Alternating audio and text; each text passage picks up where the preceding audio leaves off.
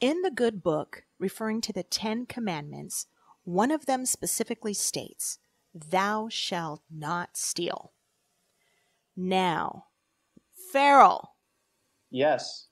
I believe you have added an ethical twist to this commandment, which has now morphed into, "Thou shalt ethically steal" in the business world. So, Don Farrell, whatever do you meaneth with this word ethical as it pertains to selling and stealing business from the competition? Outstanding question. All right, Why, here's what I thank you. mean.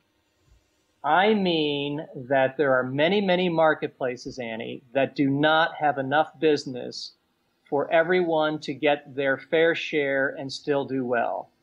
As a result, they have to resort to liberating, or in plain terms, stealing business from their competition in order to sustain and grow their businesses. And if they don't, they won't be in business, Annie. So they're faced with A, going out of business, or B, do I steal it from my competition? And it's my claim, it's my belief that there are many competitors out there that don't deserve the business that you deserve. More importantly, your associates, your employees that work for you are entitled to gainful employment. And it's your responsibility as a business leader to provide for those people.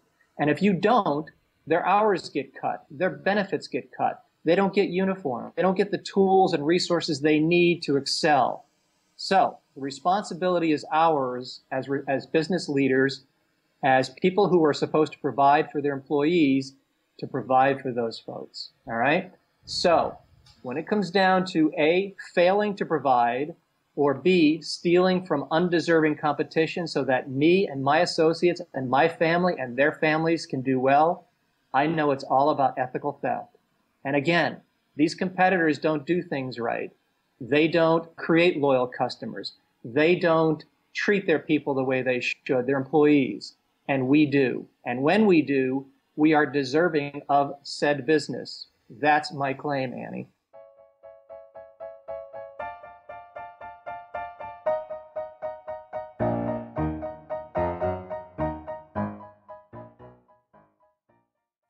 Now, also in the good book, the scripture says, "Thou shalt love thy neighbor as thyself." Don Farrell, in our business world, do you consider thy competition as your neighbor? I do. Well, doesn't your competition deserve to provide for those they care about too? No, they don't. Well, mister, you're just going to have to answer this next signature question of mine. Why? Because I care more for my people and my associates and their families and their futures. I care more for them than my competition does. And as a result, Annie, I deserve the business and they don't. If they were to ever come up to the same kind of commitment level that I've got, then they would be deserving. But I find in most cases, in almost all cases, they talk a good game, they don't walk a good game in terms of taking care of their people to the degree that they should.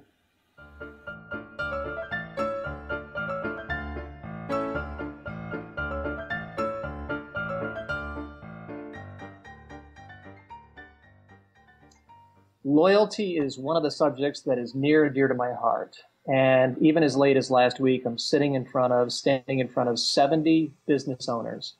And these are millionaires, multimillionaires. And of course, I ask them the same question I ask many other audiences. And I ask them this: is satisfaction the name of the game? Is it the end all? Is this what we're trying to get from our consumers? And 99.9% of the time, guess what they say?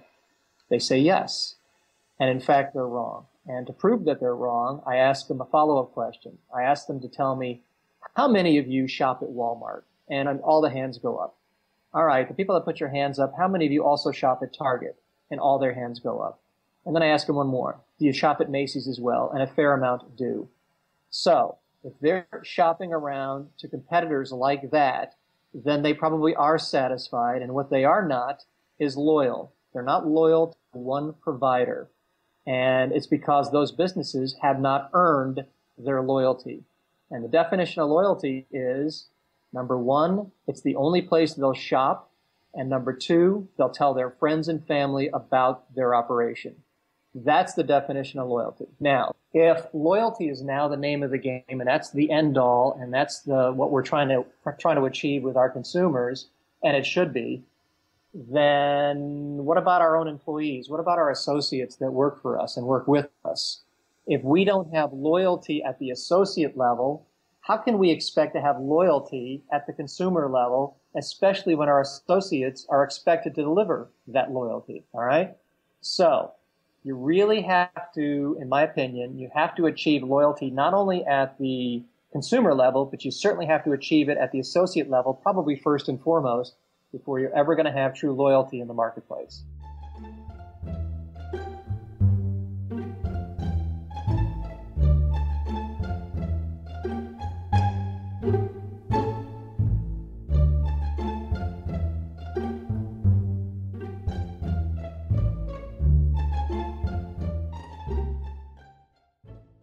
On a final note, when you wrote this book, Ethical Theft, who did you write it for?